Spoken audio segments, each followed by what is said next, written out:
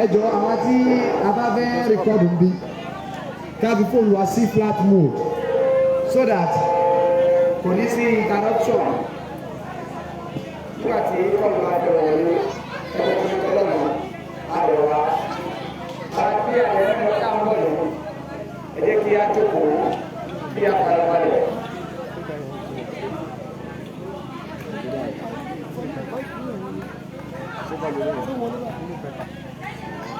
Very good face.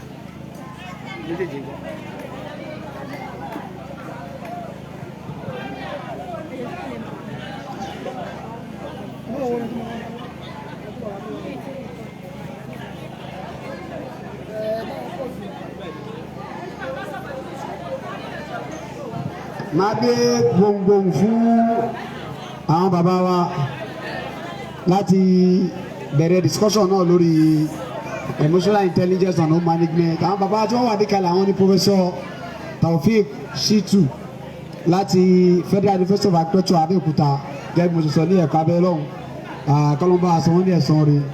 Tí wọ́n bá gbé professor kókó wá deliver lecture báyìí kò bá òfẹ́ dé bọ̀ torí pé ẹgbẹ́ yìí náà àwọn ni aṣíwájú wa ń bẹ̀ wọ́n sì ń rè wá gbogbo bàtúbàtà bá pè wọ́n ni wọ́n ń jẹ́ wa abẹ́ ọlọ́wọ́n padà sábẹ́ ọlọ́mọdé tọ́ sí i. Bí àwọn ṣe ṣe ní káàpù yìí náà àwọn ọmọ wọn àjọ wà ń bí náà ni táwọn náà ṣe lọ́ọ̀tún tó ṣe lọ́sì ọlọ́run á jẹ́ kí ẹ jèrè ọmọ náà láyé àtàlùkìyàmà wàlá hawla wàlá quwwata illa billah.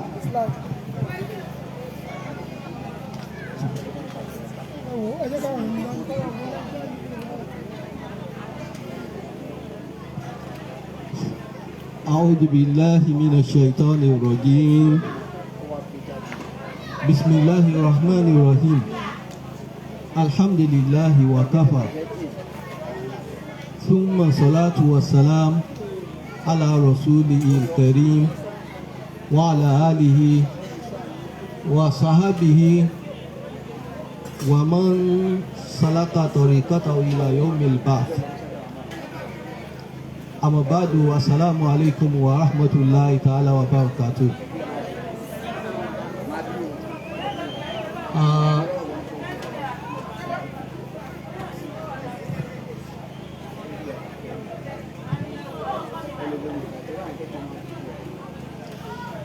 Ọpẹ́ ni fún Ọlọ́run ọba tí ó ṣe wá ní mùsùlùmí tó sì jẹ́ kí ìṣẹ̀mí wa kó rọrùn látara ìdáyà tó gbélé wa lọ́wọ́. Àwọn tí ìgbésí ayé wọn nira lọ́wọ́lọ́wọ́ báyìí kò sí nǹkan míì tó fà á bí kò jẹ́ wípé wọn ò rí ìtọ́sọ́nà ni.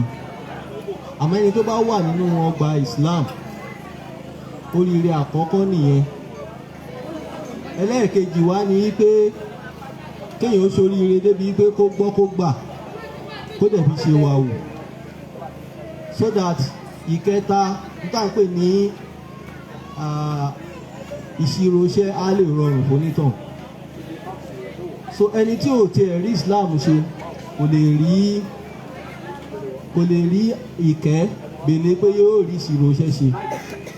Àmọ́ a dúpẹ́ lọ́dọ̀ Ọlọ́run, mo bá gbogbo wa dúpẹ́ ẹ̀yin tí ẹ jẹ́ àwọn ìyá fún àwọn olóríire ọjọ́ ọ̀la. Ọlọ́run dákun jẹ́ kó jẹ́ kí oríire náà kó bá wa kalẹ̀. Inú mi dùn pípọ̀ láti wá darapọ̀ pẹ̀lú wa lénìí.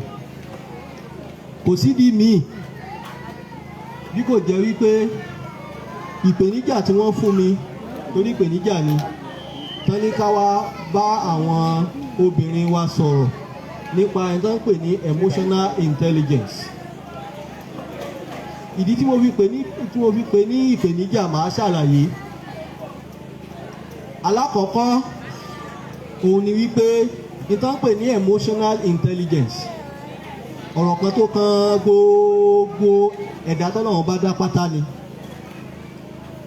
Hàtá dábàtù àwọn dábà àwọn ẹranko tẹ̀wé àwọn náà ní emotion tiwọn.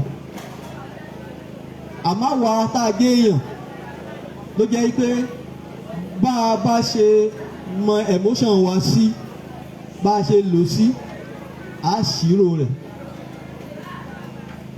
ìlọ́lọ́run bá fi sọ fún wa pé inna samua wàlìbásọ̀rọ̀ wàlìfùhádà kullun ulaika kana anhu mas'ula bí ní ilá ìtaala ń gbàtà bá bá àlàyé wa débì kan ẹ padà rí wípé tán pè ní fuhad ní tó fara pamọ́ ni àmọ́ yẹn dimension ọlọ́run ọba ló ní ọlọ́run ọba ló mọ̀ gbogbo àwọn psychologist àwọn tí wọ́n wá ìmọ̀ nípa bí ọkàn ọmọ ẹ̀dá ṣe ń ṣiṣẹ́ bó ṣe ń darí ìgbésí ayé wọn àwọn náà ń pè ní psychologist gbogbo wọn ti try láti study human being psychology human being láti study mind human being láti lè understand it so that we can be the best of creation or the best of creature by being able to interact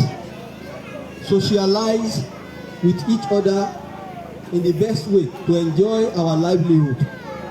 Mo dẹ̀ rò pé èròǹgbà Islam náà nìyẹn èròǹgbà ọlọ́mọba nípa sísọ alukurani kalẹ̀ nìyẹn láti tún fi rán ànábì wa sallallahu alayhi wa sallam pé gẹ́gẹ́ bí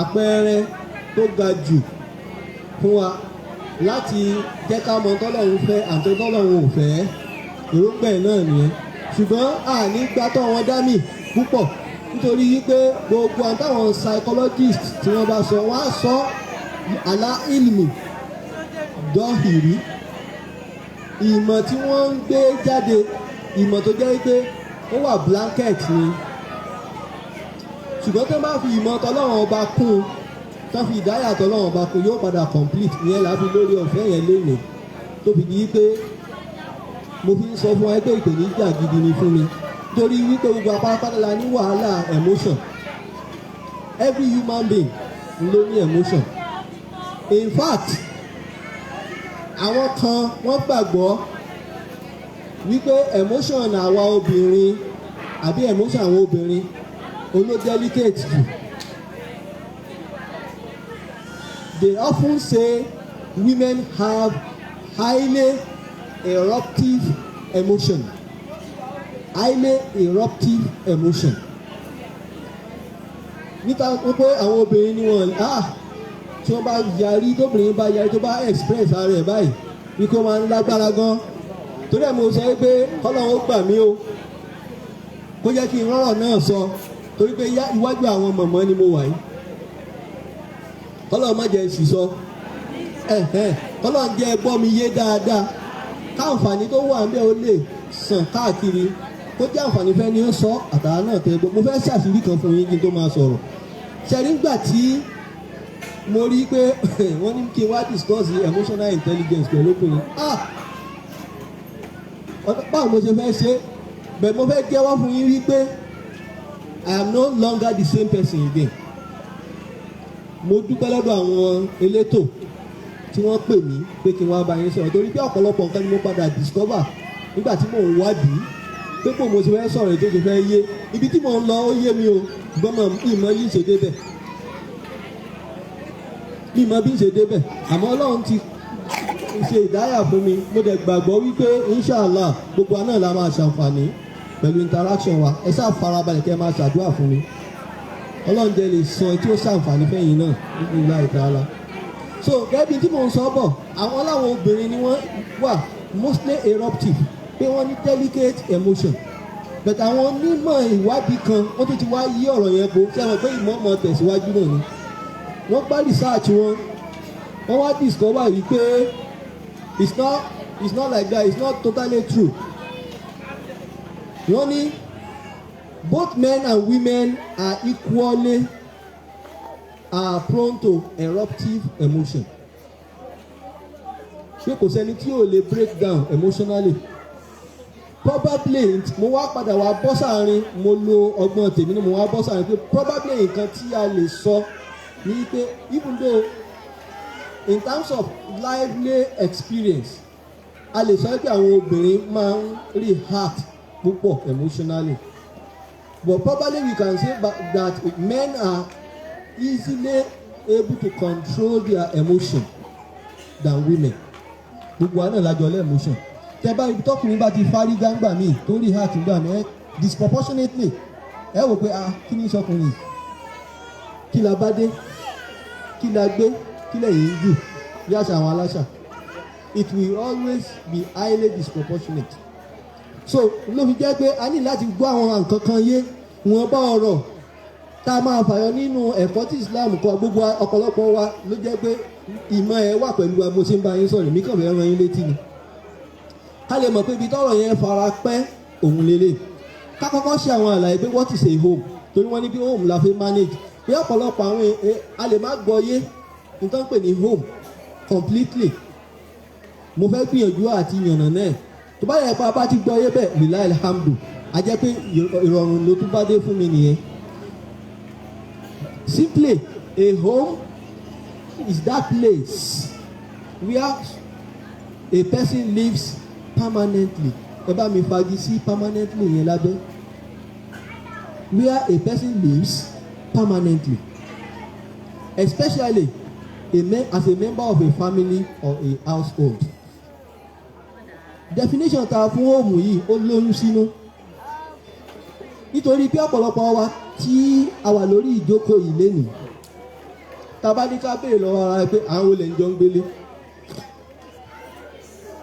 ààrẹ lómi inú wa ó tiẹ̀ ṣúọ̀ pé tọkọ ò bá èyí tí ìbọn sáré kìí á mọ̀ torí mọ̀ kó ṣeé ṣe bẹ́ẹ̀ kárẹ́ ni tí ọkọ ẹ̀ ti bọ́ sáré kìí á mọ̀ níbí ẹni tọkọ ò bá èyí tí ìbọn sáré kìí á mọ̀ èyí tó ṣúọ̀ jù ni pé òun àtọkọ ẹ̀ ní ó jọ máa gbénu ilé ó kéré jù nìyẹn kọ́lọ́n bá tuntun wá yọ̀ǹda ọmọ fún ọmọ àtúnkùn lẹ́yìn náà a tún wá lè ráwọn tèmi lè pè ní àsáwọ̀ in the sense pé bọ́lọ̀ ti fẹ́ ni a rí inú wọn tó jẹ́ pé ọmọ tó jẹ́ àbúrò fún ìyàwó àbúrò fọ́kọ gbogbo wọn náà they are part of the members of the household.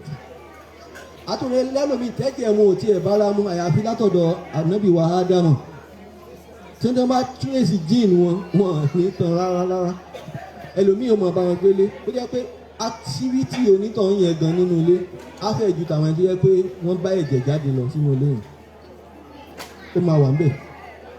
Ara wọn tó jẹ́ wípé kí la ti ń pè ná àwọn tó jẹ́ bí ọmọ ọ̀dọ̀ tí ò dájú wípé àsìkò kan báyìí ni wọ́n máa kúrò nínú ilé yẹn. Of course tá a bá róbìnrin nínú àwọn ọmọ àti mọ̀kò tó bá dàsìkò kan àwọn yẹn ó lọ ilé ọkọ wọn.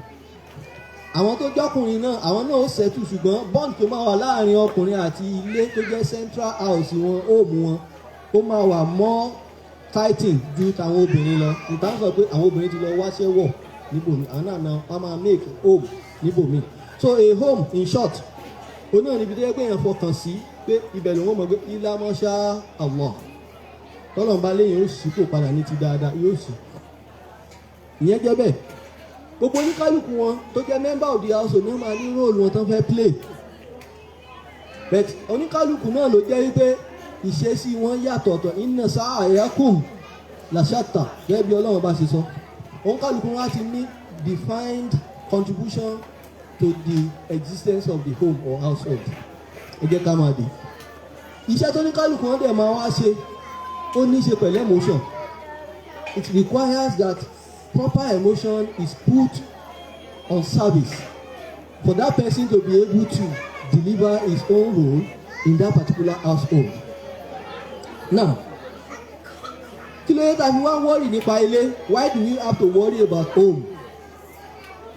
I have listed 3 reasons here. Why should we worry about home? To the extent that we'll be discussing about home management with our emotional intelligence skill. Why do we worry? Number 1, they say charity begins at home. Téèyàn bá fẹ́ ṣe dáadáa, ilé ló ti rọrùn jù kéèyàn ṣe dáadáa láwùjọ. Because ìwọ̀nba kí ni spiritual téèyàn máa ní wọ́n á ti gbà ẹ́ they will have accepted you as a bona fide member of that enclave and they will have identified some roles that you are supposed to play. So that's why you can be charitable within a home, more charitable in a home than outside the home. Number 2, a home is where we build personality. Inú ilé la ti ń build personality síta. Gbogbo bí ìgboro bá ti wulẹ̀ ó dàrú tó ẹ lọ rìfáà sínú ilé tó ní kálukú àwọn tó wà ń gbòòrò yẹn tó ti jáde wá. Ẹ padà rí wípé product tí ilé tò òun náà ló ń jáde síta. So the home is where personality is built or made. Number 3 that we have to worry about home is that a home is a natural refuge point. It's a natural refuge point of every member of that household. Wọ́n ní títa bá náyàn ilé ní ṣe kí ni ilé lóhun tó ń sá wa.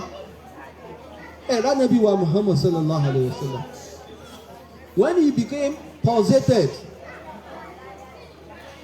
as at the time when he was to be ordained as a prophet, he quickly ran home. He sought refuge at home to the extent that he asked his wife to actually cover him up. Àwọn onítàn, àwọn alálàyé, àwọn mufasirun nípa ọ̀rọ̀ ya ayyuhal mudaththir qum fanzir wa rabbaka fakabbir wa thiyabaka fatahhir. Nígbà wọn ṣàlàyé lórí ẹ̀ oríṣiríṣi nǹkan ni wọ́n sọ pé ó ṣe sábàbí nǹkan bí nǹkan da sọ bò ó, but kò sẹ́ni tó fi ìbẹ̀rù nǹkan kan míì ròyìn ànábì bí kò jẹ́ pé ìbẹ̀rù wípé òun ò rí wí eléyìí rí. Wọ́n lótùtù mú àwọn kan sọ pé òtútù ló mú tó fi náà da sọ borí, àwọn kan ní rárá. For the fact pé ó ń receive inspiration, communication between a person that he never saw, and which never happened to him, became something that broke him down psychologically, and he had to run back home. But before then, he was already prepared.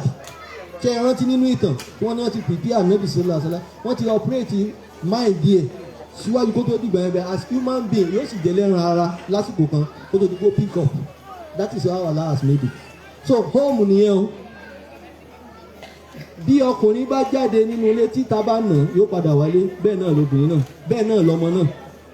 Àìmọye ìgbà tá a wà ń kékeré tí èèyàn kan bá nà wá ń ta á máa sáré lọ lé ní gángan ọkàn wa sọ pé yes tó ń bá délé òun lẹ́ni tó máa gbìjà òun. Mo ti rántí àsìkò tí mo wà ń kékeré tí ẹlẹgbẹ́ mi kan tó nà mí níta tí mo wá sáré délé, ìyá mi gbá mi padà ní pé ta ló nẹ̀ tó bá yẹ pé tó mọ̀ pé naturally kò yẹ kí n lè face máa sọ pé má wọlé àwọn alọ́ba wọn á defend mi. Bẹ́ẹ̀ tó bá jẹ́ ẹgbẹ́ ìwọ náà padà lọ ọ̀tá tó bá ṣe fún ìwọ náà ṣe padà. That's a refuge. So that thing will have a psychological effect on that child. You are building up a personality to actually know that you have a right to claim somewhere somehow. That is a home. That's why we have to be worried.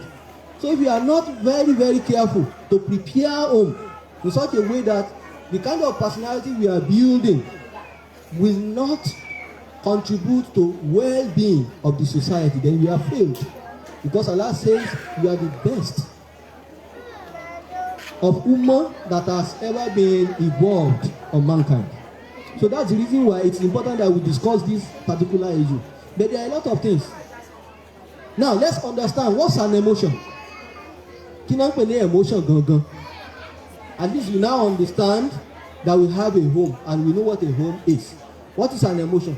Simply, an emotion has been defined to be a strong feeling, underlying, a strong, not just ordinary feeling, a strong feeling deriving from a particular circumstance or a particular mood or a relationship with others. Strong feeling that derive from a particular circumstance, mood or relationship with others. That's what emotion is. Ẹ wá jẹ́ ká bèrè ta ni ò wá ní? Ta ló tó ń dá so láyé kò sí, nobody that does things in his or her own. Ó kéré jù nínú ilé ẹ̀ wà á relate. Ó kéré jù nínú ilé ẹ̀ àwọn kan á create mood kan tó máa affect yẹ. It's either your husband creates a kind of mood or your wife asafula ní ìdí ẹ̀ bá àwọn ọkùnrin bì ọkùnrin díẹ̀ náà ní labambi nítorí jẹ́ máa dùn mí nìyẹn o torí pé nípa ọ̀rọ̀ ẹlẹ́mọ̀ọ́sàn yìí nígbà tí mo ní ronú pé bó ni mo ti fẹ́ jíṣẹ́ yìí o tó fi rọrùn tó bá jẹ́ pé àwọn ọkùnrin wà níbí ó ṣeé ṣe kẹ́ ẹ tún gain more mo ti sọ fáwọn elétò pé irú discussion yìí ó yẹ kó lọ́kùnrin náà mú torí pé ìṣèdúró tá a bá fẹ́ bẹ̀rẹ̀ ní sọ àwọn ọ̀rọ̀ kan ṣe é rí padà kí pé ó ní ìdí káwọn ọkùnrin náà wà níbí because a woman cannot actually execute this project on her own only in a home and make it correct it can't be possible but alhamdulillah tá a bá ti gbọ́ yé àwa ó take care gẹ́gẹ́ bí agenda àdéhùn náà láti lọ unfold agenda yẹn àwọn abẹ náà kọ́lọ́run ó jẹ́ kó rọrùn fún yín torí pé iṣẹ́ lẹ́fẹ̀ẹ́ ṣe unfortunately àwọn tó rọ emotion tí tó dàbí ẹni pé kì í sábà máa tó nǹkan lọ́wọ́ wọn náà làwọn ọkùnrin àmì ọkùnrin ni mí o I must confess to you a máa ń fẹ́ derail emotion gan a máa ń fẹ́ wipe ẹ̀ off àbí tí mo parọ́ ni I mean tá a bá ti rí emotion ní some kind of emotion especially eléyìí tí ò bá wà positive tá a dẹ̀ fẹ́ pé a máa wọ́nà bá ṣe máa dá òsè dáhùn bá ṣe máa dojú ẹ̀rú yàrá sí dojúrú kọ́ nígbà bá padà sọ̀rọ̀ débi kan ẹ̀ padà rí débi dojúrú òkè work it doesn't work but ẹ̀yin obìnrin ẹni iṣẹ́ tẹ máa ṣe ń pa ẹ̀ now àwọn sọ̀rọ̀ nípa intelligence what is intelligence? Intelligence is simply said to be ability to acquire or apply knowledge. You can use intelligence to acquire knowledge and also apply that knowledge that you have acquired proportionately, and you can also use it to acquire skills. Intelligence is what you use to acquire and apply knowledge and skills. Ẹ̀ẹ́dẹ̀ rí wípé àwọn onímọ̀ they have actually developed a particular criterion to understand to what extent ni onítọ̀hún tá à ń sọ̀rọ̀ nípa intelligence ẹ̀ ló ṣe ní intelligence sí wọ́n ń pè ní intelligence quotient. Oná fi máa ń mẹ́jọ ibi téèyàn ní dé ó ní bá ṣe ń calculation ẹ̀kọ́ làwa ṣe ń bí torí èmi òun ṣe psychologist food scientist lèmi àmọ́ I'm a human being and I'm in a situation that I must understand myself first so that's why mo ṣe ń dúpẹ́ lọ́dọ̀ àwọn elétò tí wọ́n fún mi nírú assignment wọ́n tún jẹ́ kí n understand ara mi sí perhaps I can be better as a husband in a home. So now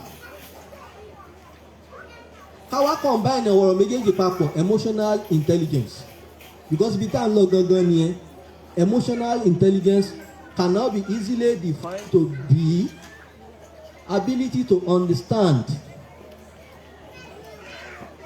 use and manage one's emotion in positive ways. Ẹ jẹ́ ká underline positive ways. Ability to understand, use and manage one's emotion positively.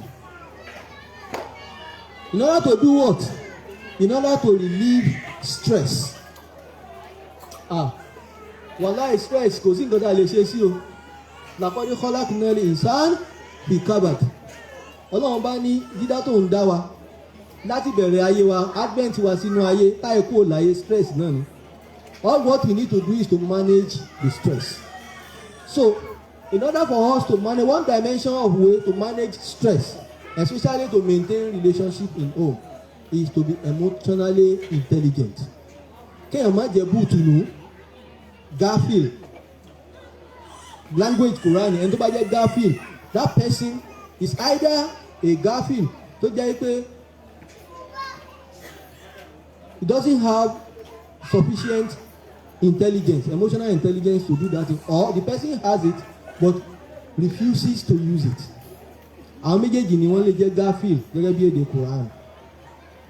Ọlọ́run dẹ̀ ní kí wọ́n látàkùn nàná minal gafilin. Kùránì sọ fún wa pé ẹ má yẹn ẹ bá lò gbésí ayé gẹ́gẹ́ bí ibùtù torí pé ìgbésí ayé tẹ̀ ń gbé a ti mọ̀ọ́mọ̀ ṣe rọrùn fún yín a ti fún yín lórí ọ̀fẹ́ kékeré mọ tó tọ́ àti tí ò tọ́ tẹ́ bá wá kọ̀ tẹ́ ẹ̀ ṣe tó tọ́ ẹ̀yin lẹ́ fìyà jẹra yín torí kò kàn lọ́hùn ẹ̀yin lẹ́ rí nira ẹ̀. Now, so we are saying emotional intelligence is one's ability to understand, use and manage emotion in a positive way.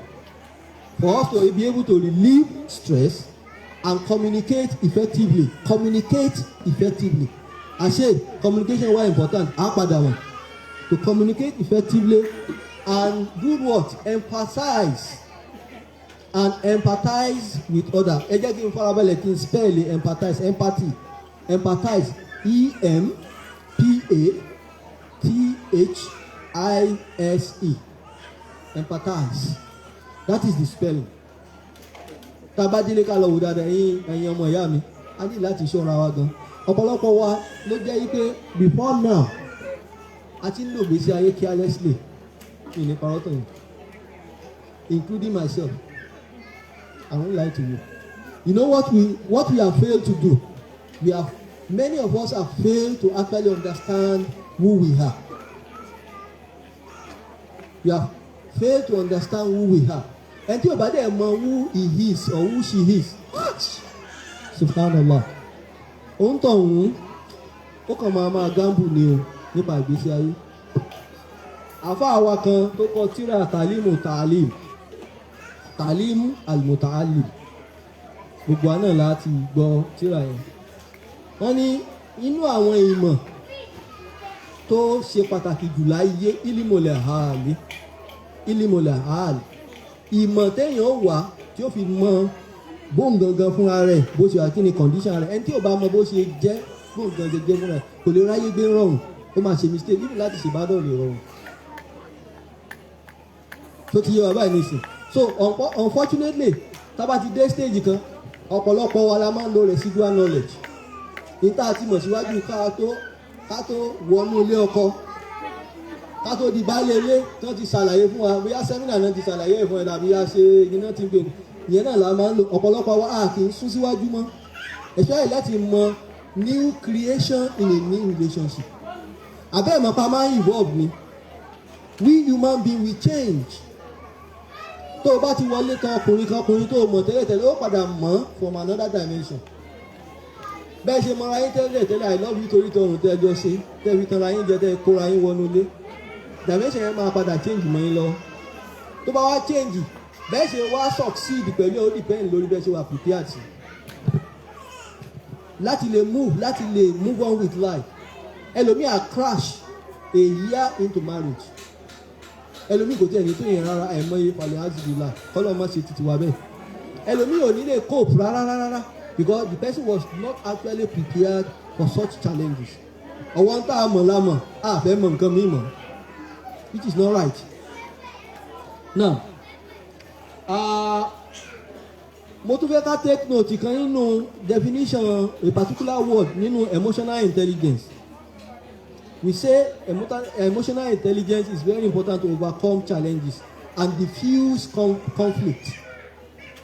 Overcome challenges which will come, whether we like it or not, it will come. There will also be conflict. Naturally, there is supposed to be conflict. The extent to which we can reduce possibility of conflict in a relationship is what will be different from one person to the other. Now, ẹ wá jẹ́ ká ṣàlàyé fún wa. Mo fẹ́ ká àwọn ọ̀rọ̀ tó ṣe pàtàkì tó ṣe é ṣe tó jìnnà síwájú ẹ̀ bóyá nítorí specialization or field of our study. Mo dúpọ̀ pé ọ̀pọ̀lọpọ̀ wa tó yẹ pé we are specialists in one area or the other. But alimọ̀jẹ̀ psychologist, neither do I have the specialization of psychology. But I'm only taking this responsibility on your behalf to let you know that there is still a lot for you to learn about yourselves. Now, mo wá ṣe àyẹ̀wò wọ́n ní characteristic emotional intelligence márùn ni wọ́n máa fẹ́ kẹ́ ẹ note wọn down. Tẹ́ bá fẹ́ measure emotional intelligence, I'm not saying other forms of intelligence, so I'm talking particularly about emotional intelligence. Wọ́n ní number one tẹ́ fi dá mọ̀ ó ní pé self awareness tí mo sọ lẹ́ẹ̀kan ilimu lahal kéèyàn kan kó dá condition rẹ̀ mọ̀ kó dá rẹ̀ mọ̀ kó mọ know who you are ẹni tí ò bá mọ right that person is far from being intelligent especially emotionally. You can't actually read yourself, you can't understand yourself, and you cannot actually prepare yourself to meet, socialize, or interact with others. It's very, very difficult. That is one dimension, self-awareness. One thing, aliwahi azati, oni. Téèyàn bá ti lè mọ̀, ó ti mọ̀ kan nínú ọ̀nà tó fi lè kó pẹ̀lú intelligence ẹni. Ẹlẹ́ẹ̀kejì, ó ní atanzimu azati, self-regulation. Tó bá mọ̀ rẹ̀ tán, o gbọ́dọ̀ tún ní wà organize bí kò lè regulate ara ẹ̀. O lè determine easily ìgbà tó bá tó àti ìgbà tó yẹ kó ṣe continue in that particular feeling. That's why that we wà ń bẹ̀ fún ara wa. Ẹ rí bá ń sọ̀rọ̀ nípa ọkùnrin àti obìnrin lẹ́ẹ̀kan.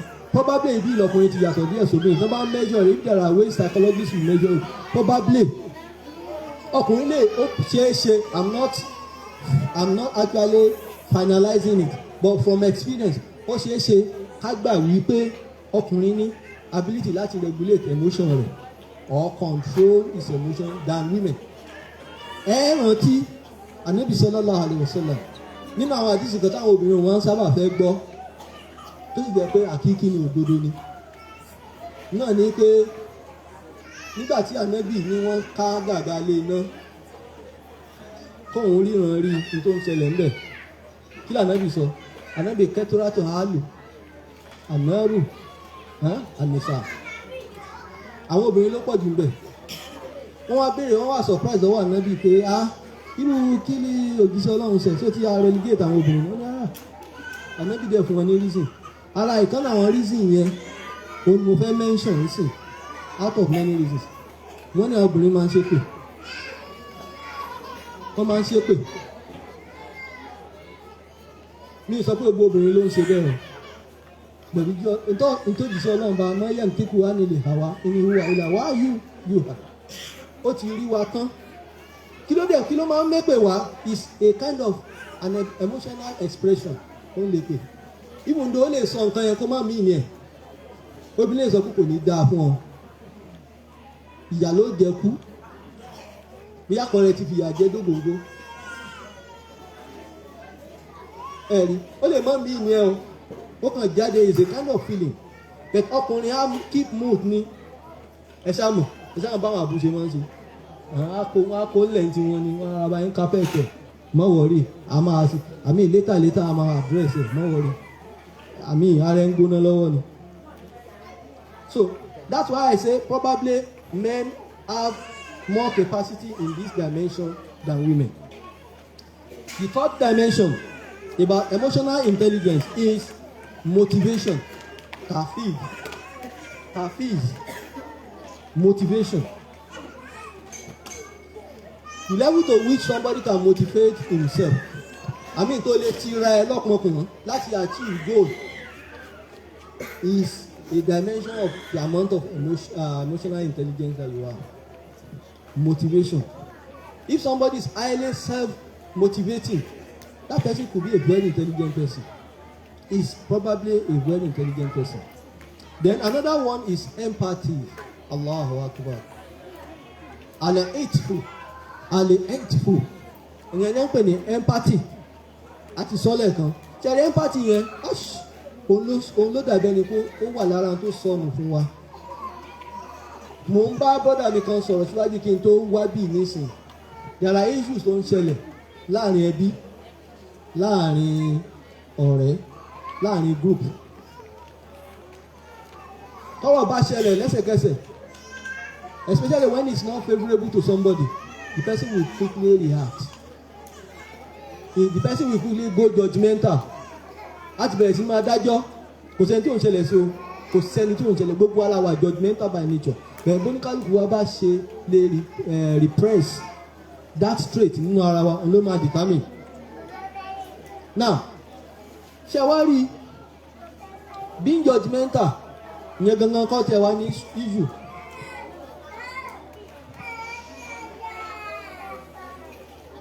ìyẹn gangan kọ́ ní issue bí kò jẹ́ wípé a fail láti lo ẹ̀kọ́ tànẹ́bì sallallahu alaihi wasallam tó kọ́ wa lọ́pọ̀lọpọ̀ gbà in order not to be judgmental and to be empathic what do?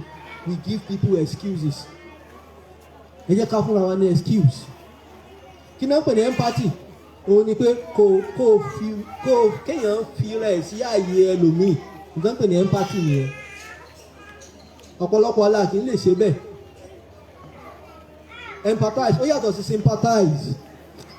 sympathize àti empathize wọ́n fẹ́ jọra wọn but bá a ṣe ń lò wọ́n ọ̀tọ̀ọ̀tọ̀ ní ọlọ́run yìí kárí ọ̀ràn sympathy whether we like it or not we are going to sympathize nǹkan pè ní ká máa ṣe kí náà ti ń pè nínú Islam ká máa kẹ́dùn kò sẹ́ni tí wọ́n ní bá kẹ́dùn láyé ilé ayé wọn dá fáyé yìí káyọ̀dé yà wá prepare fún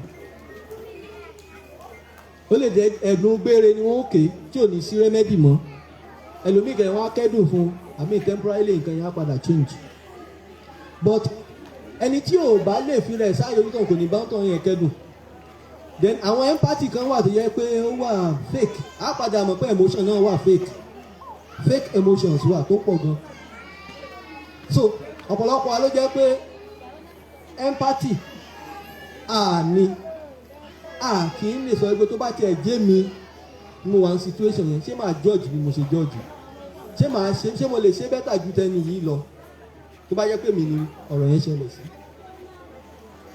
òjíṣẹ́ wa lẹ̀ ti kọ́ wa sallallahu alaihi wasallam pé ká gbìyànjú láti máa wà empathic a lot of lessons ló ti wà tá a máa padà sọ̀rọ̀ nípa lọ́jọ́ kan bíyà kan ó ń kọjá lọ wọ́n ń gbé òkú yẹ̀wúdí kan kọjá lọ ànábì wà pẹ̀lú àwọn sàhábà surprisingly ànábì bá ń dé ńlẹ̀ nígbà tí wọ́n dé ọ̀dọ̀ bí wọ́n jókòó sí wọ́n wá wà surprise pé wọ́n dà kó jíṣẹ́ ọlọ́run bá wọn pé yẹ̀wúdí ni wọ́n ń gbókò ẹ̀ lọ àwọn yẹ̀wúdí ẹgbẹ́ ẹ̀ náà ni wọ́n ń gbé lọ àmọ́ ànábì wá dìde sallallahu alaihi wasallam wọ́n á bèè lọ́wọ́ ànábì pé kí ló bá débi eléyìí yẹ̀wúdí lélẹ́yìn náà ànábì ní ṣé kìí ṣe èèyàn ni empathy nìyẹn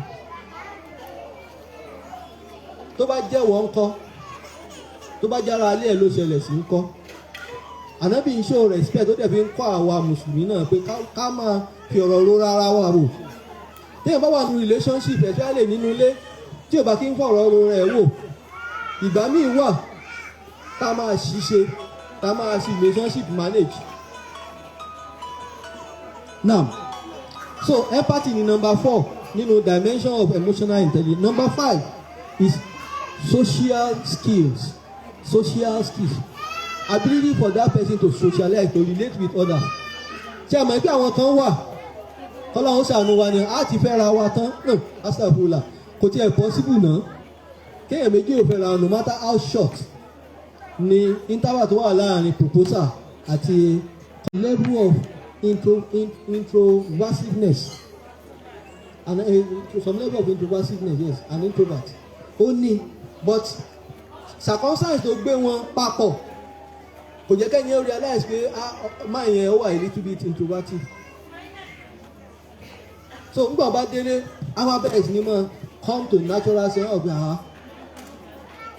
lọ́pọ̀lọpọ̀ ọgbà irú èèyàn bẹ́ẹ̀ á fẹ́ dá wà irú ìdíyẹ pé wọ́n wà ní family á fẹ́ separate ara ẹni ọkùnrin sì nínú ilé obìnrin wà òpin ìdíwọ̀n sọkọ wọ̀ báyìí ṣé wàhálà òde báyìí whereas the person wanted to be he want to be himself kò fẹ́ kò sí tó lè fi ṣe náà it's natural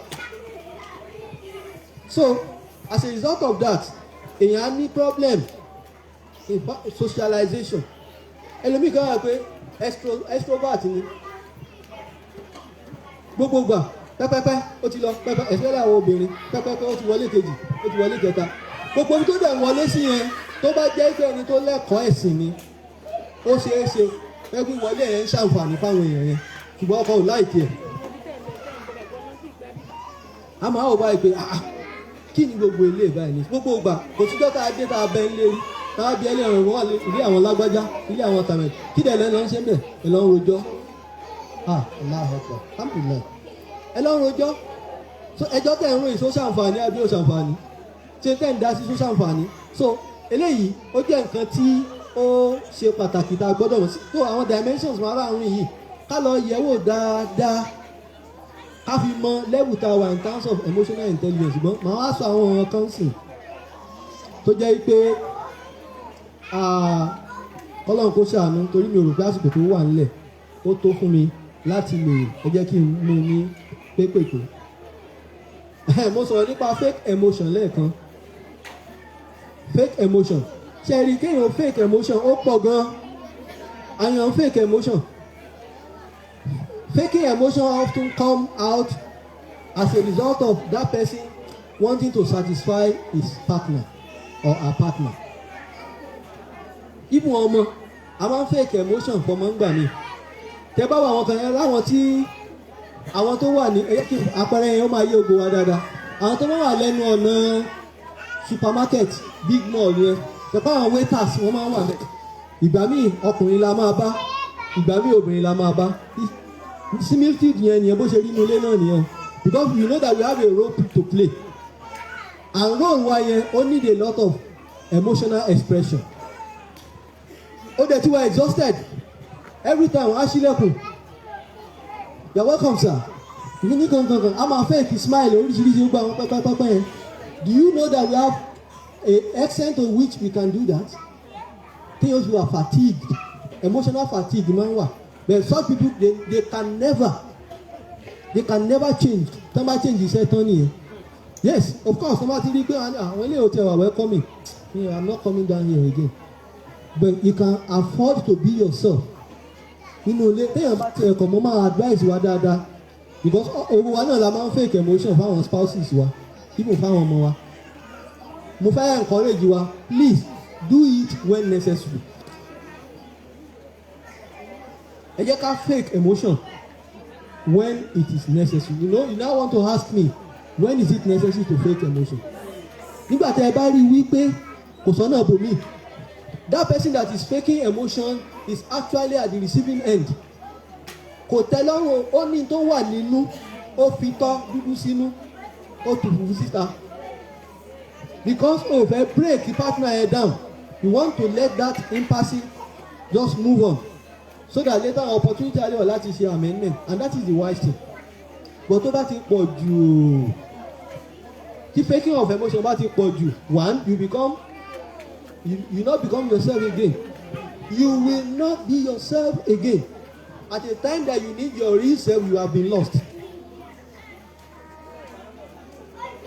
so because emotion tó o bá ń fake yẹn partner a máa ṣàjọ a máa wò pé okay maybe ẹni dẹ̀ like kìíní o a máa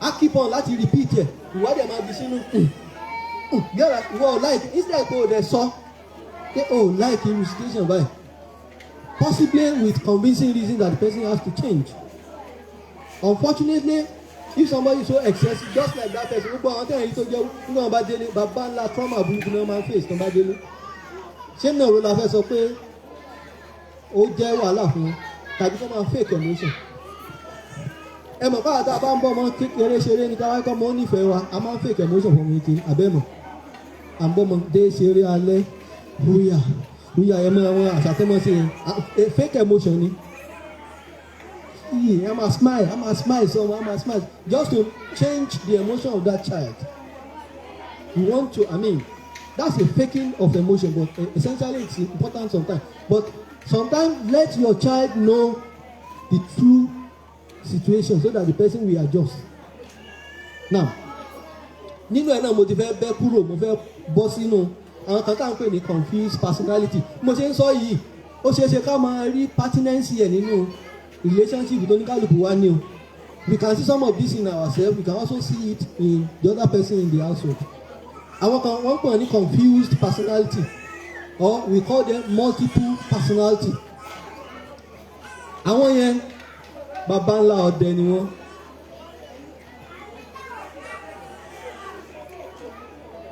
bàbá ńlá problem náà dẹ̀ sí ni wọ́n pẹ̀lú àwọn tó wà confused tó fake confused emotion wọ́n wà tí wọ́n máa ń fake ẹ̀ wọ́n sì bẹ́ẹ̀ ń pọ́rọ̀ òye wọn wọ́n ṣe bí ẹ̀kọ́ ọ̀rọ̀ yẹn tó ń sọ wọ́n fẹ́ dàrú mẹ́ lọ́wọ́ ni ẹni tó bá ti ń tẹ́wọ́ báyìí jẹ́ mọ̀ nínú ẹ̀mọ́ tí kan ẹ̀ ti mọ̀ pé physical sọ wọ́n bá ti tẹ́wọ́ báyìí wọ́n sọ fún ẹ̀ pé I don't understand. Whereas ó mọ̀ mọ̀ ṣe just to confuse the person partner ẹ̀ ó mọ̀ mọ̀ confuse ẹ̀ ni àwọn yẹn wà àwọn kan níwà tó jẹ́ pé ní àwọn fake rárá bó ṣe rí nìyí ṣé àwọn kò méjèèjì iṣẹ́ ọ̀tọ̀ọ̀tọ̀ ni wọ́n especially téèyàn bá ń dàgbà sí i some of the factors mo kọ factors yẹn lọ rẹ́rẹ́rẹ́ bí àní time ẹ̀ máa gbìyànjú àti sọ àwọn nǹkan tó wà apartment náà àtàjẹ́ mùsùlùmí for example ẹni tó ṣẹ̀ṣẹ̀ jí lójú oorun tó dẹ̀ expect pé can start àbí kò expect pé lẹ́sẹ̀kẹsẹ̀ bó ṣe jí ẹ náà ló fẹ́ kó máa tó bá wo ipò òun ò fẹ́ kí wọ́n ti gbé á fẹ́ máa fake bí ẹni pé òun ti wà okay òun ti wà alive whereas the person is not there kò tí ì débẹ̀ gangan ó máa ń ṣẹlẹ̀ especially when you are talking about sexual intercourse your spouse is already asleep ó ti sùn pátápátá ìwọ́dẹ̀ ẹ̀ wà awake ó dẹ̀ fẹ́ kó jẹ́ kí can start ṣé ẹ ti mọ nǹkan táwọn ẹbí sílá àṣẹ láǹsọ wọn pé ká sí wọ́n ní ká try láti dá mi síwájú ká try láti pe onítọ̀hún yẹn padà return the person's real emotion back by doing some foreplay but àwọn sọ pé ìyàwó òun ti ẹ̀ like experience ẹ̀ lórí in the room ìyẹn ló fún máa ronú wípé lórí ẹ̀ mo ń sọ pé mo ti ń sọ̀rọ̀ ọkùnrin báyìí sí kò wúlò fẹ́yìn tọkùnrin bá wà bí àásọ kan lè gbọ́ bẹ̀tẹ̀ yóò obìnrin náà ń gbà míì ẹ̀yin náà ní ẹ fẹ́ kọkùnrin máa fake somebody that is not easily satisfied can actually have problem of faking emotion ẹlòmíì tó yẹ pé kì í ṣe oorun tiẹ̀ ó lè jẹ́ stress ló ti lọ bí iṣẹ́ látàárọ̀ instead kí madam kó ra ṣọkọ ẹ̀ rẹ́jẹ́rẹ́jẹ́ kó tiẹ̀ fún lálàá wá sílẹ̀ ó máa dáàbò ni ó máa lísì yẹn á ti wà nílẹ̀ gbogbo ẹjọ́ gbogbo àkáǹtì gbogbo oríṣiríṣi ṣé o fẹ́ pa mí ni but many of us we fail in this particular situation ìgbà míì mọ ẹlòmíì ò frequent ẹ̀kọ̀ọ̀kan máa fẹ́ jẹ wá ó dẹ̀ kí ẹ̀kan tó bá jẹ wá tàbí ẹ̀mejì tó bá jẹ wá lọ́dọ̀ ó máa put ọkùnrin yẹn up abẹ́rẹ́ ìfihàn wa ní another impression about the wife ẹ má jẹ́ kí irú ẹ̀ ṣẹlẹ̀ ẹ jẹ́ ká wà highly empathic ẹ jẹ́ ká fira wa sí situation onítọ̀hún yẹn pé tó bá jẹ́ mi náà mo ti dààmú lọ látàárọ̀ tí wọ́n á padà délé gbogbo àwọn problem tó kójú ilé ẹ̀lẹ́ yẹn tí o sọ̀rọ̀ pé lè resolve ṣá pẹ̀lú ọpọlọ tó ti scatter brain ti weak physically o ti weak why don't you help to refresh that person and not take your own portion àbí o ṣàgbọ́dọ̀ take portion yẹn kò sí nǹkan tó fẹ́ ṣe sí ara nǹkan tí wọ́n lọ́kùnrin wáyé wá ṣe náà nìyẹn yóò sáàbù àwọn tó fẹ́ lọ gbowó oúnjẹ lọ́wọ́ wọn ń ta yóò sì tún sáàbù ẹni tó kójọ ọ́nú ilé ṣùgbọ́n ẹ máa fún wọn lálàwáǹsì ẹ máa help wọn láti regulate wọn dáadé bíi pé ẹ máa lè rí positive emotion from them.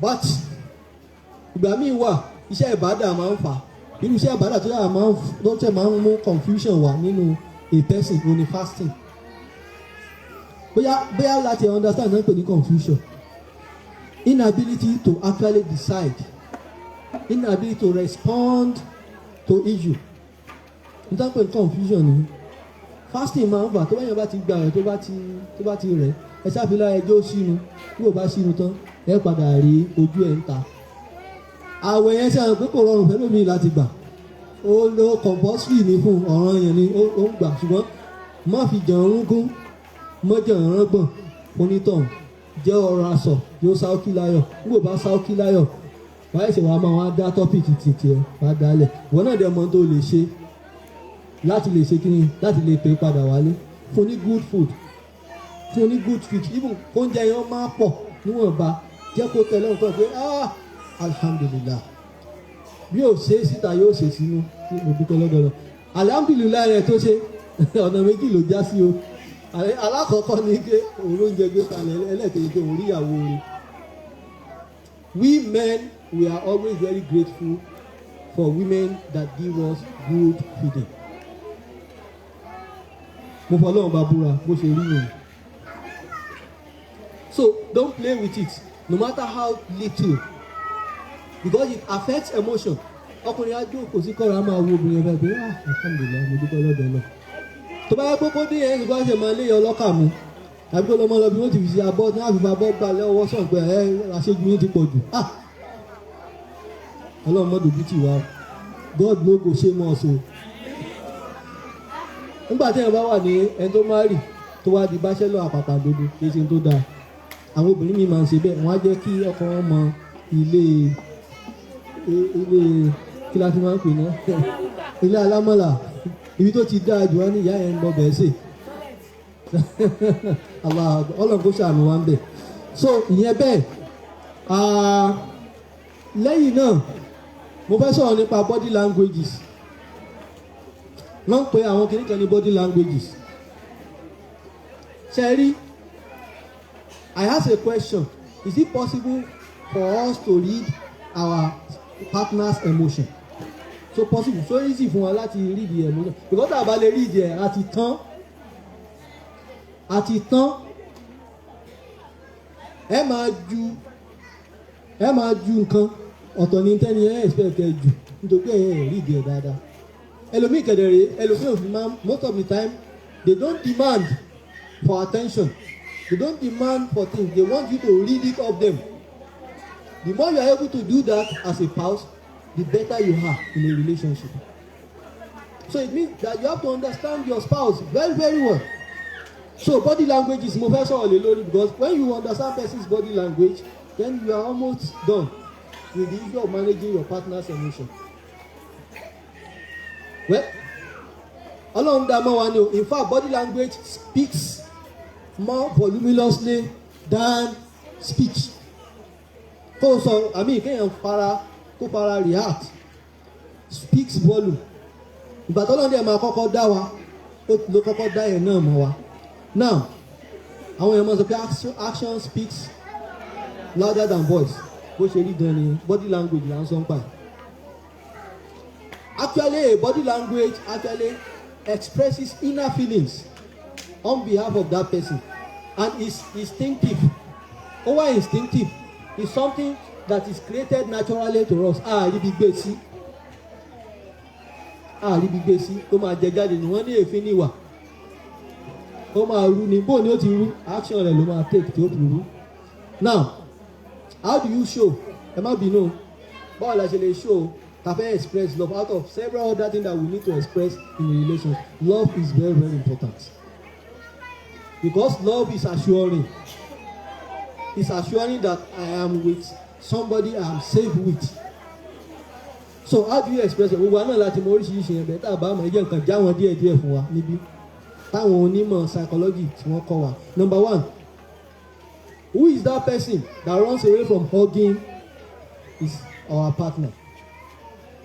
Bóyá ara wọn kan nu wa torí hugging kéèyàn hug èèyàn hugging is part of it. Kó kàn hug ìyàwó ẹ àbí kó hug ọkọ ẹ. It's a way. Another one is you put arms around the person's shoulder. If you do that, you are giving that person some level of assurance. Yes, I'm with you. We are partners in progress. Yes, we are together. That's the expression. You are trying to affect the person's emotion. Sometimes it's good for you to look directly into your partner's eyes. Eyeball contact.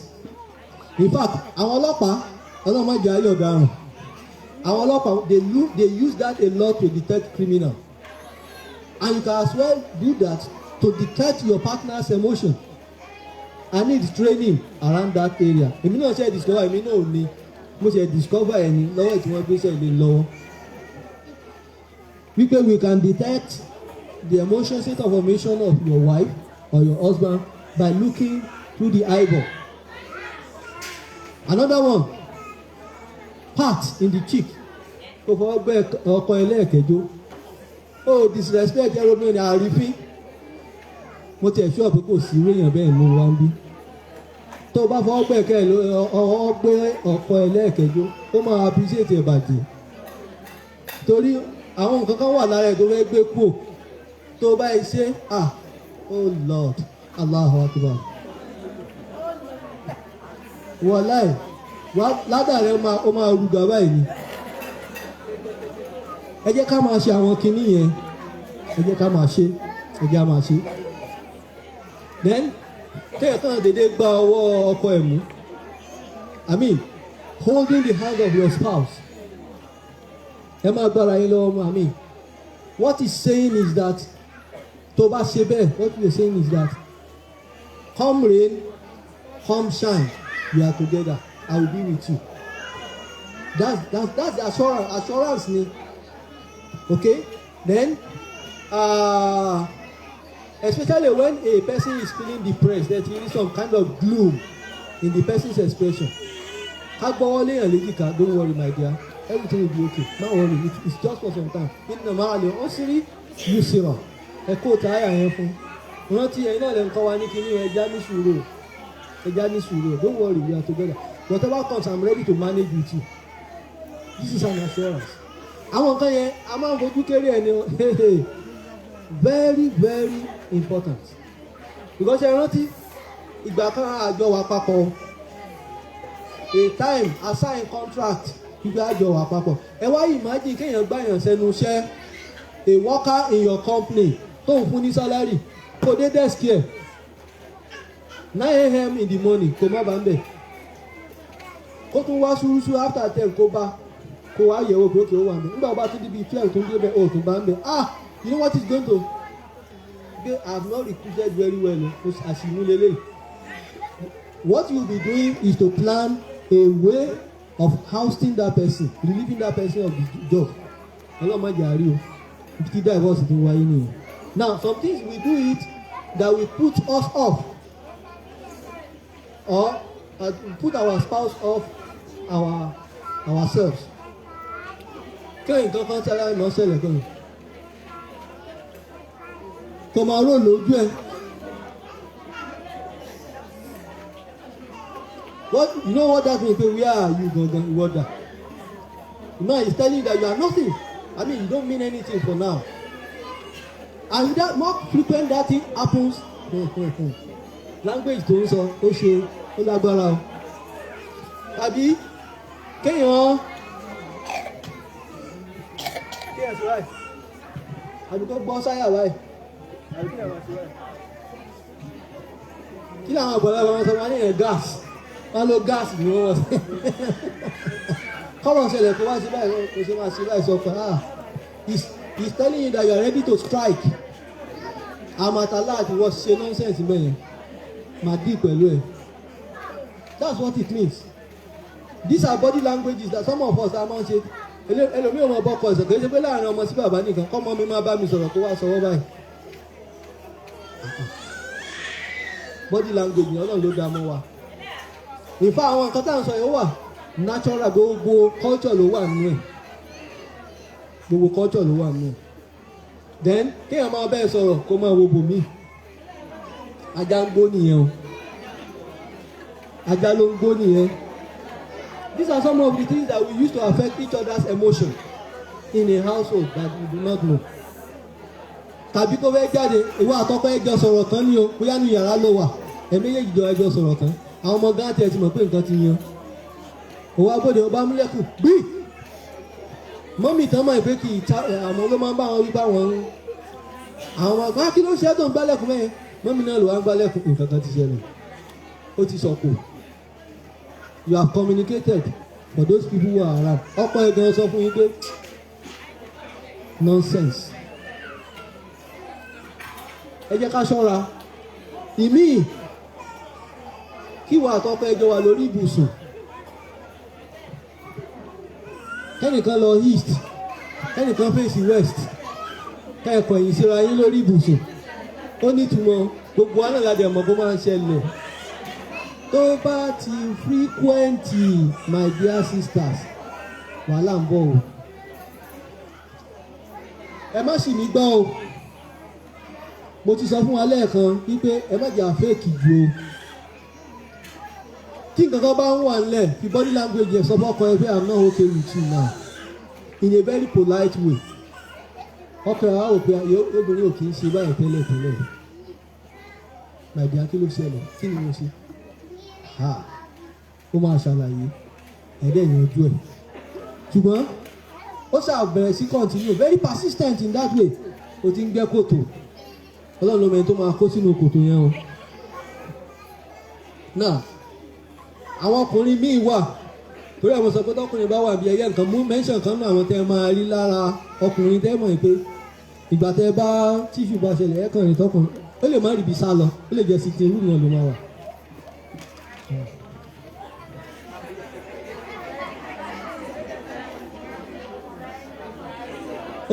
ó máa bí síbi let us pray ni wàhálà ti dé wọ́n react there is a kind of emotion the person is expressing you need to understand ó jẹ́ ṣe pé kó o mọ̀ but it's telling you that I'm not pretending I don't like it ó kò oúnjẹ kalẹ̀ kò ní jẹ ara àwọn expression of emotion yẹn gbogbo wàhálà ló ti ṣe lórí oúnjẹ ó gbé kalẹ̀ ní onísọ pé mi ń jẹ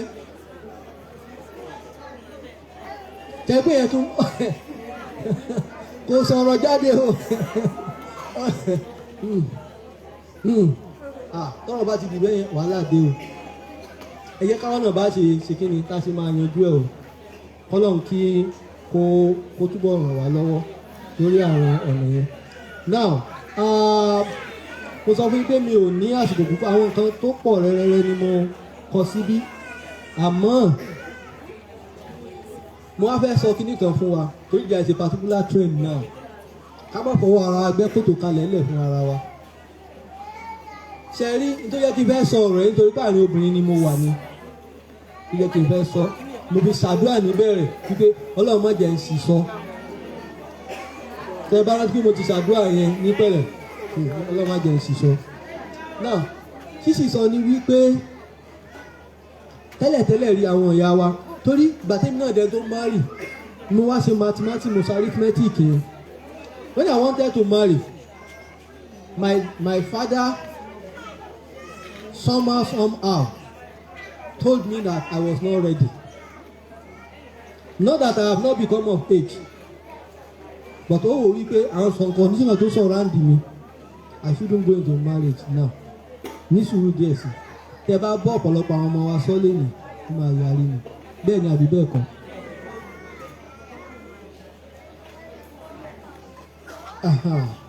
Allahu Akbar ẹ jẹ́ n sáré sọ ẹ jèrè ṣe rí àwọn ọmọ wa tá a ní sí tẹ́ǹtì tá a ní lọ́wọ́ sí ni pé wọ́n fẹ́ ṣe súnà súnà ní súnà náà kò ní pé a fẹ́ kí ọmọ wa kó tètè márì especially obìnrin fẹ́ lọ ilé ọkọ torí kó má bàa ba ìlú jẹ́ bó ṣe mọ̀ wípé téèyàn máa ń di ẹrù ilé ọkọ àwọn ẹrù kan wà tí wọ́n máa ń dì fún yàn àwọn kan wà tí ò ṣeé dì wọ́n lè di ẹrù yẹn kó pé láíláí that thing is natural ìkànnì lásán ọ̀lọ́ emotional intelligence emotional intelligence has been said to be a function of age tá a sọ̀rọ̀ nípa ẹ̀ yìí kì í ṣe pé bóyá ọmọ ò lè marry at the earliest possible time but the problem yìí pé emotional intelligence ẹ̀ tó gbé kó lọ ṣe obìnrin kó lọ ṣe ìyàwó ilé ọkọ ọ̀kan nìyẹn ẹlẹ́ẹ̀kejì irú ọkọ wo ló fẹ́ fẹ́ sallallahu alayhi wa sallam ànábì la rí ọkọ arúgbó àbí bẹ́ẹ̀ kọ́ ànábì fẹ́ arúgbó tó sì manage ó sì fẹ́ ọmọ eke tó di manage bẹ́ẹ̀ kí ṣe gbọ́ ọkùnrin ló lè manage obìnrin tó young because kògbókògbó ń lọ ọmọbìnrin yẹn òun gan fún rẹ ọkùnrin gan ó lè jẹ́ ọjọ́ orí ló kàn ní dẹ́ǹdẹ̀ kó má bò kó má wà intelligent enough láti manage psychology obìnrin tí nǹkan rẹ̀ wá wáyé fitna ni o so we have extra work to do láti lè measure up kí ni ìtọ́pẹ́ tá a bá fẹ́ sọ̀rọ̀ compatibility ní tó jẹ́ point of compatibility gangan ni ṣé ọmọ tá a fẹ́ kó tètè marry tó ti mature the level ẹ̀ otherwise tẹ́ bá fi ránṣẹ́ sílé ọkọ wàhálà lè fẹ́ dá so wọ́n sọ fún wa yí pé maturity obìnrin emotional intelligence obìnrin ó grow faster ju tọkùnrin lọ àwọn onímọ̀ ló sọ bẹ́ẹ̀ that's why àtẹ̀yìn obìnrin àgbọ̀dọ̀ máa disrespect yín ọlọ́run fún yín ní capacity tó pọ̀ gan ọgbọ́n tó wà lọ́dọ̀ yín mo sorry kódà ó tún kò lọ́gbọ́n ó dètè yes ètè is part of emotional intelligence ẹ̀wọ̀n tó ṣẹlẹ̀ pẹ̀lú Ànábì wa Yusuf alayhi salatu wa salam àti ìyàwó ẹ̀ mọ story yẹn náà story of emotional intelligence ni wàláhì mo fọlọ́ ń búra now wọ́n ní obìnrin emotional intelligence obìnrin máa ń peak ó máa ń dé maximum at the age of bíi around bíi 25 astagfirullah between age of 30 and 32 age of 30 and 32 ètò ọkùnrin kí intelligence ẹ̀ tó peak àwọ̀ 40 to 43 ni wọ́n sọ àwọn tó ń mẹ́jọ ẹ̀rìn tí a ń pè mí mo sọ fún yín pé mi ò ṣe psychologist mo ti jẹ́wọ́ nǹkan sọ fún wa nìyẹn kó dẹ̀ pé òdodo ọ̀rọ̀ wà ń bẹ̀ ẹ̀ mọ̀ wọ́n tó máa sọ pé èfúlà 40 kì í ṣẹ̀yìn obìnrin náà ń bá wí o kì í ṣẹ̀yìn obìnrin ni wọ́n bá wí àwọn ọkùnrin ni wọ́n bá wí téèyàn bá wọ 40 tí ò bá tọpọlọ ò bá pé tí ò bá lè manage relationship tí ẹ ti bá that's the reason why mo sọ yìí láti ṣe léyìn náà àwọn ọmọbìnrin tó bá fẹ́ wọ ọkọ wọ́n máa ń fẹ́ lọ́pọ̀lọpọ̀ gbà mo ti interview àwọn obìnrin rí wọ́n máa ń fẹ́ ni tó ti mature because ẹni ẹ máa lè understand wọn you now see that it's very important to be intelligent so tí age difference láàrin ọkùnrin àtobìnrin ìmárè tí òfin máa ń máta nìyẹn because wọ́n á ti bracket ara wọn they will be able to cope with each other bẹ́ẹ̀ bá lọ sí mismatch mahazallah ọlọ́run kò wá yọ ńbẹ̀ mo rò pé bí tí màá dúró sí mi wọ́n ti ní kí n gbé microphone lẹ̀ èyí tí mo sọ yìí tí mo ṣèṣì sọ tí ò wọlé ọlọ́run ṣàforíjì fún mi kó sì fi sábà bí ìtọ́sọ́nà fún ẹ̀yin náà nínú ilé tí mo sọ tó dáa àkúlù kọ́ọ̀lù ádá astagfirullah ní wàlàkì ẹ̀jẹ̀ agbọ́ràn o ẹ̀jẹ̀ agbọ́ràn ọlọ́run ọba yóò tún wá ṣe á tún ìdílé wa ṣe ẹ jẹ́ ká lọ gba research nípa ara wa àti ìmọ̀ ara wa tán ẹ jọ tẹ́ bá assignment ní ìbáwà tá a bá lè ṣe ẹlòmíì tó ní marital relationship tó wà sọ́ọ̀ náà tégbò tó ti ràn mọ́ egbò relationship ti ràn mọ́ lọ́wọ́ àwọn ibi tó ti dégbò nìyẹn o tí ò fura ẹ jẹ́ ká lọ mọra wa ká lọ understand who we are ká dẹ̀ máa tọ̀ manage our partner tẹ́ bá ti lè obìnrin bá ti lè fọ́kùnrin àwọn ìyá wa ń jẹ wọn á sọ pé kí ni kó jókòó ara ẹ̀ jẹ́ torí kó lè ba ilé ọkọ gbé mọ wọn ara ènìyàn ọlọ́run á sì fún wa ṣe á fi rọ̀ wá lọ́rùn àṣejèrè láṣe lágbára ọlọ́run ò ní dá jẹ́ kí ànábì kó dà wá nù lọ́jọ́ gbèndé àti àmọ́ torí pé ànábì yóò dì náà àwọn èèyàn kan yóò sọmọ ọjọ́ mi ní tí ó fi mú tí ó fi ṣẹlẹ̀ sí wa ọlọ́run má jẹ́ ó ṣẹlẹ̀ sí wa láéláé wala la ilaha illallah wala la hawla wala quwwata illa billah subhanaka allahumma wa bihamdik ashhadu an la ilaha illa anta astaghfiruka wa atubu ilayk. ẹ ká sọ pé jazakumullahu khairan kí ọlọ́run bá lè kí ọlọ́run bá wa san wọ́n ní ẹ̀san èyí tó pọ̀ kó bá a ṣàlékún.